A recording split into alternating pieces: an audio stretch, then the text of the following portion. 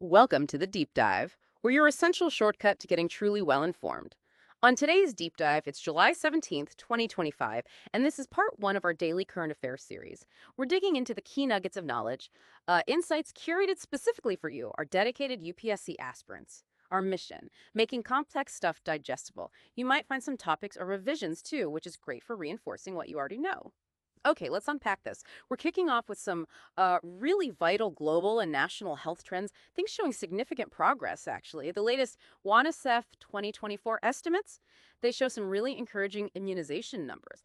Globally, something like 89% of infants got at least one DTP vaccine dose. That's pretty good. But here's where it gets really interesting for us in India. Our nation has made a truly significant achievement. We've reduced the number of zero-dose children, those were kids who haven't had a single vaccine, by a massive 43% in 2024. Yeah, that's a drop from 1.6 million in 2023 down to 0.9 million this year. Quite a jump. It really is. And this achievement, it isn't just about effort. It really points to India's robust adaptation of its universal immunization program, the UIP. What's insightful here is how consistently India has evolved its public health setup. The UIP actually started way back in 1978 as the expanded program on immunization, then got rebranded in 85. It gives free immunization against 12 diseases now. 9 nationwide, think of diphtheria, polio, measles, rubella, TB, hepatitis B, and meningitis and pneumonia, plus 3 region-specific ones, like for rotavirus, pneumococcal pneumonia, and Japanese encephalitis. Under the National Rural Health Mission, UIP is, it's a central pillar of our public health. And a fully immunized child under UIP, that's one who gets all the scheduled vaccines in their first year. We've seen huge successes, right? Polio-free status in 2014, neonatal tetanus elimination in 2015, and recent things like intensified mission and draw finish 5.0, focusing on measles and rubella, plus the UWN portal. They're keeping the momentum going. That's fascinating, the scale and the long-term commitment needed for these wins. So seeing how national programs work, let's zoom out. The bigger picture of global development, where do we stand? The UN just put out its Sustainable Development Goals report, the SDGs for 2025, and this is the only official UN report tracking progress on the 2030 agenda. So what's the verdict? Well, the SDGR paints kind of a mixed picture. There's progress, yes, but also some really persistent challenges across the SDGs. It really underscores the need for faster action. Take Goal 1, no poverty. We still have 8.9% of people in extreme poverty. Goal 2, zero hunger. Nearly 1 in 11 people globally faced hunger in 2023. Still so many. Exactly. Education, Goal 4, yes, 110 million more kids in school since 2015, which is great, but 272 million were still out of school in 2023. Goal 5, gender equality. Women hold less than a third of managerial jobs globally. On the economic front, Goal 8, decent work. Unemployment hit a record low, 5.0% in 2024. That's positive. But about 58% of workers are still informally employed. That's 3.6 billion people and their families affected. And only 57% of working-age people were employed worldwide. So progress, but huge gaps remain. Precisely. Goal 11, sustainable cities. Up to 3 billion people can't afford housing, and 1.12 billion live in slums. Climate action, Goal 13. 2024 was the hottest year recorded, about 1.55 degrees Celsius above pre-industrial levels. Hottest on record. Wow. And Goal 16, peace and justice. Nearly 50,000 conflict deaths in 2024, and a staggering 123.2 million people forcibly displaced. If we connect this to the bigger picture, you see how interconnected these goals are, right? Progress in one area can really boost others.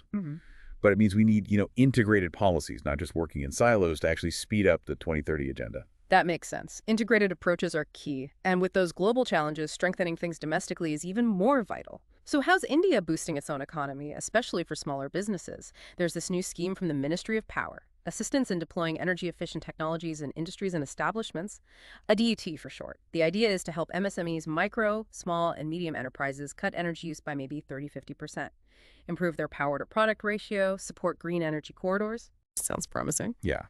Eligible MSMEs need an UTM ID and have to show 10% energy savings from the tech they implement. The Bureau of Energy Efficiency, BEEE, is running it. It's a 3-year scheme, FY 2025-26 to 27-28, with a budget of 1,000 crore. It targets 14 energy-heavy sectors: brass, bricks, ceramics, chemicals, food processing, fishery, you name it. They're rolling it out in phases, starting with 60 industrial clusters, then another 100. And they offer support like interest subvention, 5% for micro small, 3% for medium enterprises on loans, plus help with energy audits, project reports, and technical support. This raises an important point about how energy efficiency can really be a cornerstone for sustainable economic growth. BE, the Bureau of Energy Efficiency, was set up under the Energy Conservation Act of 2001. Its whole purpose is reducing the energy intensity of India's economy. So this ADITI scheme is quite strategic. It builds on other B initiatives for MSMEs, like the BSME program, the National Program on Energy Efficiency, and that Sanichi portal, the Digital Info Hub. It's not just about saving money on bills, though that helps. It's about making India's huge MSME sector more competitive globally, cutting their carbon footprint and actually building those green energy corridors. That's a really significant investment, especially targeting MSMEs like that. Beyond just the energy savings, what broader economic impact do you see from something like ADITI? Well, think about it. Empowering MSMEs to be more energy efficient. It boosts their profitability, right? Yeah. Makes them more resilient. And indirectly, it encourages innovation in energy-saving tech within India. Plus, it can contribute to job creation in green sectors, helps India meet its climate targets, all while strengthening a really vital part of our economy. Good points. Okay, so from industrial efficiency, let's pivot to human capital. Skills.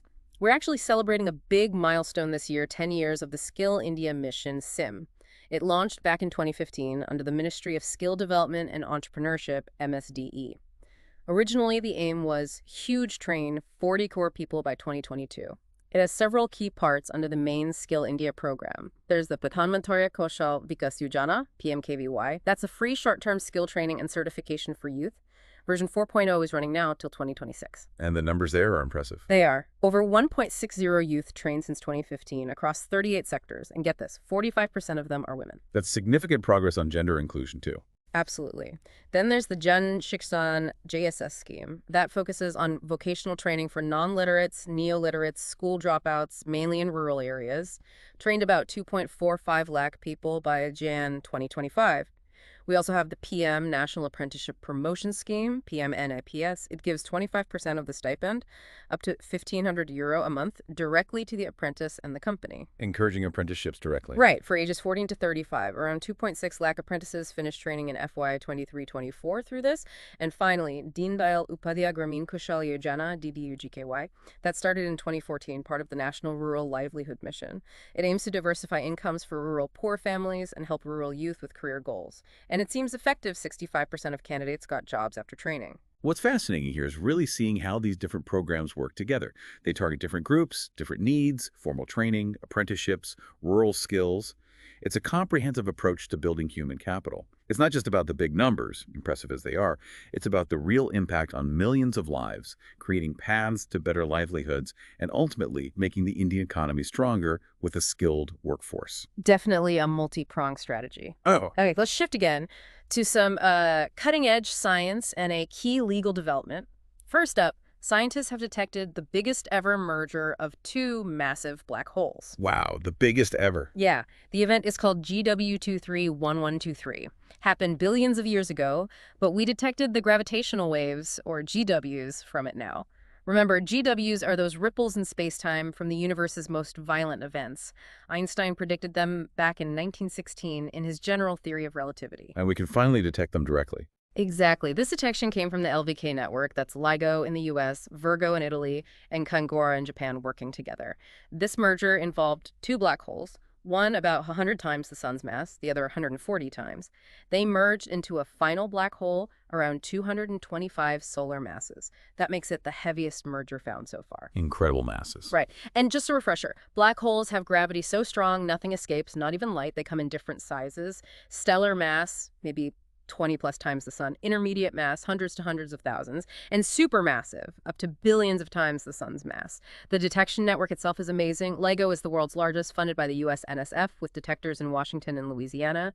And LIGO India is coming up in Hingoli, Maharashtra. Yeah, it's really exciting. If we connect this to the bigger picture, this kind of discovery opens entirely new windows onto the most extreme events in the universe. Gravitational wave astronomy is still pretty new, relatively speaking. So each detection, especially one this huge, helps us understand galaxy evolution, how massive stars die, the fundamentals of space-time. It's just a profound testament to human ingenuity and that crucial international collaboration in science, pushing the boundaries of what we know about the cosmos. Amazing stuff. Okay, bring it back down to Earth. From cosmic ripples to the details of forensic science, there's a vital development in legal procedures here. The Supreme Court of India has issued directions for managing DNA evidence. This came up during a judgment in a criminal appeal. The goal is to get uniformity in procedures, more sensitivity, basically protecting the integrity, the sanctity of the evidence. Which has been an issue, right? Exactly. There have been problems with DNA evidence management in India, things like collection and preservation, maybe inadequate training for investigators, breaks in the chain of custody, also limited forensic capacity, not enough DNA labs, uneven distribution across regions, delays because of understaffing, Makes sense. and no uniform standard operating procedures, or SOPs. That's partly because police and public order are state list subjects under the Constitution. Right, leading to variations. So the Supreme Court's directions highlight a few key things. Proper documentation when collecting DNA samples, details of the case, police station, etc. Transportation, the investigating officer needs to ensure samples get to the forensic lab within 48 hours of collection, max. And maintaining a strict chain of custody register, tracking every movement of the evidence from collection right through to the final verdict. That chain of custody is critical. Absolutely. Now, regarding admissibility in courts, DNA tech was first used in India way back in 1991 in the Kunhiraman v. Manoj case for a paternity dispute. Then in 2003, the Sharda versus Dharmpal case, the Supreme Court okayed DNA tech in civil cases too, saying it didn't violate Article 21, personal liberty, or Article 23, self-incrimination. And more recently, the Bharatiya Nagarik Suraksha Sanhita 2023 allows medical inspection, including DNA profiling. Plus, the Criminal Procedure Identification Act 2022 lets authorities collect and store biological samples from convicts. This really raises an important question, doesn't it? About how our legal frameworks have to constantly adapt to scientific progress. These Supreme Court directions are a really crucial step towards standardizing things, improving the reliability of DNA evidence. That's vital for fair trials, for justice. It just highlights that ongoing necessary balance between, evolving science and legal prudence in our justice system. You mentioned some of the issues leading to these directions. What do you see as the biggest hurdle in actually implementing these across all states, given the differences in forensic capabilities and training? Well, I think the primary challenge is probably bridging that capacity gap. You need adequate training for all investigating personnel, right? And standardizing practices uniformly across states, especially when police and public order are state subjects. Yeah. That's tough. It's going to take significant coordination and, frankly, investment to bring all the labs and police stations up to the required standard. It won't happen overnight. Fair point. Okay, let's do 2 quick rapid-fire updates. Tech and defense, impacting national capabilities. First, the Radiation Monitoring System, or RMS-DRDO, just handed over 6 indigenous RMS units to the Indian Navy. These include things like gamma radiation, aerial surveillance systems, environmental surveillance vehicles, stuff like that. What does RMS actually do? It measures radiation fields near a source, checks for surface contamination, airborne radioactivity. It's about immediate threat assessment. Older Geiger counters had limits, couldn't detect alpha or beta radiation well, but the newer portable monitors can measure alpha, beta, and gamma. Key applications are nuclear power plants, hospitals, environmental monitoring, and national security. Got it. Crucial tech. Second update, LCA Mark 1A. India just got the second GE F404 engine from the U.S. for the Light Combat Aircraft Mark 1A fighter jet program. The Mark 1A is the most advanced version of the LCA Tejas. It's a 4.5 generation, all-weather, multi-role fighter, capable of offensive air support, close combat, ground attack, maritime operations, the works. It's got advanced gear like a ESA radar for better targeting, an EW suite for electronic self-protection, digital mapping, smart displays. Both these advancements are, they're deeply relevant for India's strategic autonomy and defense readiness. The indigenous RMS strengthens our ability to monitor and respond to radiological threats, a critical part of national security. And the progress on the LCA Mark 1A enhances our domestic fighter jet capability, reduces reliance on imports, bolsters air power. It's a key step towards self-reliance and defense. Good connection. Okay, turning our attention now to international relations, environment, and social justice issues. First, BIMSTEC. The Union Minister for Ports, Shipping and Waterways just inaugurated the 2nd edition of the BIMSTEC Ports Conclave. Remember, BIMSTEC Bay of Bengal Initiative for Multi-Sectoral Technical and Economic Cooperation started in 1997 with the Bangkok Declaration. Its goal is promoting economic cooperation among countries around the Bay of Bengal. Who are the members again? It's a group of 7: Bangladesh, Bhutan, India, Nepal, Sri Lanka, Myanmar, and Thailand. It's significant because it's a unique link connecting South Asia with Southeast Asia. The secretariat's in Dhaka, Bangladesh. What's fascinating here is the strategic importance, isn't it? For regional connectivity, trade, maritime security. The Bay of Bengal is such a crucial maritime zone. Better cooperation among BIMSTEC nations can unlock huge economic potential, foster stability, growth. It's really vital for India's Act East policy and broader regional integration goals. Right. Now let's look at environmental regulations in the auto sector and a global energy issue with big climate implications. First, corporate average fuel efficiency, or CAFE norms. Apparently, several car makers are pushing for less strict emission limits than what's set under the upcoming CAFE 3 norms. Ah, the fuel efficiency standard. Exactly. First notified in 2017 under the Energy Conservation Act 2001. The aim is to cut fuel consumption by lowering CO2 emissions, which helps reduce oil dependency and air pollution. They calculate it by averaging the fuel consumption of all vehicles sold each year. It applies to passenger vehicles under 3,500 kilograms, petrol, diesel, LPG, CNG, hybrid, electric. And CAFE 3 is the next phase. Yes. The norms for CAFE 3 are already notified for the 5-year period from 2027 to 2032. So this lobbying is happening now. Simultaneously, there's this concerning study about liquefied natural gas, LNG, projects in Mozambique's Cabo Delgado region. The study found that 4 proposed LNG projects there could use up at least 17% of the entire world's remaining carbon budget. 17% from just 4 projects? That's enormous. It is. And Cabo Delgado, you might recall, has faced insurgency since 2017. It's the northernmost province of Mozambique in East Africa, borders Tanzania, faces the Indian Ocean. It's home to the Makonde ethnic group, known for wood carving. Also has the Karemba Archipelago and National Park, which sadly has a history as a slave trafficking center. This raises a really important question about those complex trade-offs, doesn't it? Between energy security, economic development, and global climate action, especially in a place already dealing with conflict. On one hand, these huge energy projects could bring much-needed revenue and development to Mozambique, but on the other hand, that massive carbon footprint pushes us all closer to dangerous climate limits. It's a classic global challenge, balancing immediate needs of a developing nation against the long-term imperative of climate stability. Really difficult. A very tough balancing act indeed. Okay, let's cover a crucial defense system in the news and a vital domestic social law. The U.S. is planning to send the Patriot Missile Air Defense System, PMADS, to Ukraine. Patriot stands for Phased Array Tracking Radar for Intercept on Target. It's a mobile surface-to-air missile system from Raytheon. A well-known system. Very. A typical battery has radar, controls, power unit, launcher, support vehicles. It uses track via missile guidance. It can intercept aircraft, tactical ballistic missiles, cruise missiles, depending on the specific interceptor missile used. Now, domestically, the Union government's 2022 annual report shows a decline in criminal cases registered under the Protection of Civil Rights Act, 1955, the PCR Act. That's the act dealing with untouchability, right? Exactly. It used to be called the Untouchability Offenses Act, 1955, renamed in 1976. Its objective is clear. Prescribe punishment for preaching and practicing untouchability.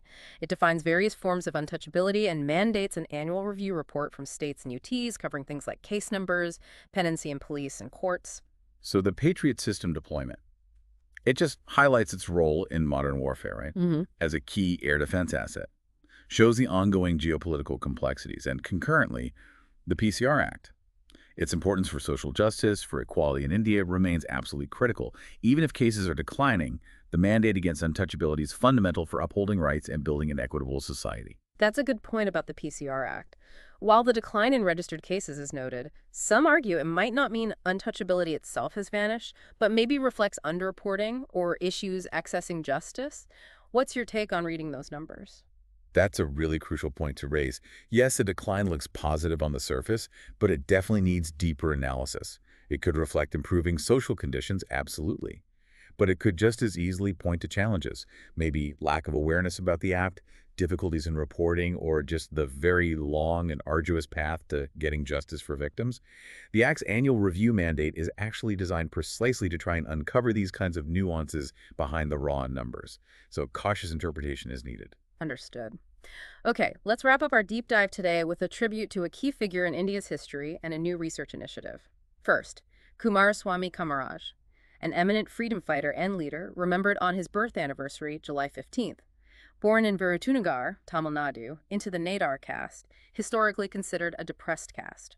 He rose to become chief minister of the Madras province in 1954. Remarkable journey. Truly. His role in the independence movement was significant. Joined the Congress, inspired by the Jallianwala Bagh massacre.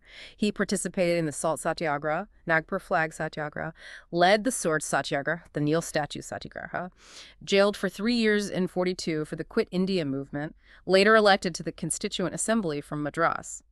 And, of course, his legacy includes the famous Kamaraj Plan of 1963. Ah, yes, the plan to revitalize the Congress Party. Exactly. After the Indochina War, it was a blueprint to rebuild the party. He famously suggested senior leaders resign ministerial posts to focus entirely on party work. You know, remembering leaders like Kamaraj, it's not just history. There are lessons there. That Kamaraj plan, specifically, it highlights a timeless leadership idea, doesn't it? That sometimes stepping back from power to strengthen the foundations, that can be the most effective strategy. It's a reminder about selfless service, about strategic thinking beyond just the immediate political wins. That's a really insightful take on the Kamaraj Plan's relevance today. And speaking of leveraging expertise for the future, in science, the Anusandhan National Research Foundation, ANRF, has announced new PM professorships. The idea is to tap into the expertise of active, eminent, and also superannuated or retired scientists in engineering, science, tech. Bringing back experienced minds. Exactly. Eligibility includes retired scientists, even overseas scientists, NRIs, PIOs, OCIs. The host institutions have to be state universities that are qualified as spoke institutions in Category A of ANRF's Pair Program Partnerships for Accelerated Innovation and Research. And the support's pretty good. An annual fellowship of 30 lakh plus 24 lakh research grant and 1 lakh overhead for 5 years. That's quite forward-thinking.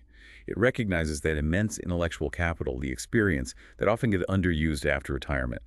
By creating these PM professorships, India is making a clear investment, leveraging that accumulated knowledge to mentor the next generation, drive research. It's a direct way to boost innovation and scientific progress right across the country. Wow, what a session. We really covered a lot of ground today, didn't we? From global health wins and India's immunization success to the complex SDG challenges.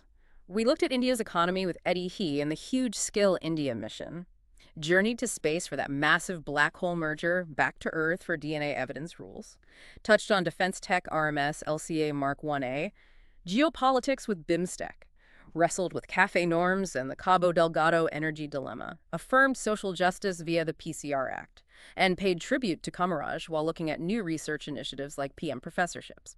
Quite a mix.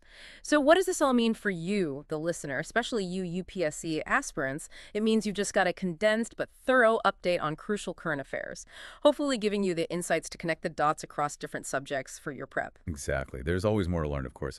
But by really connecting these seemingly separate events and policies, you build that much richer understanding of how things actually work together, how they shape our world.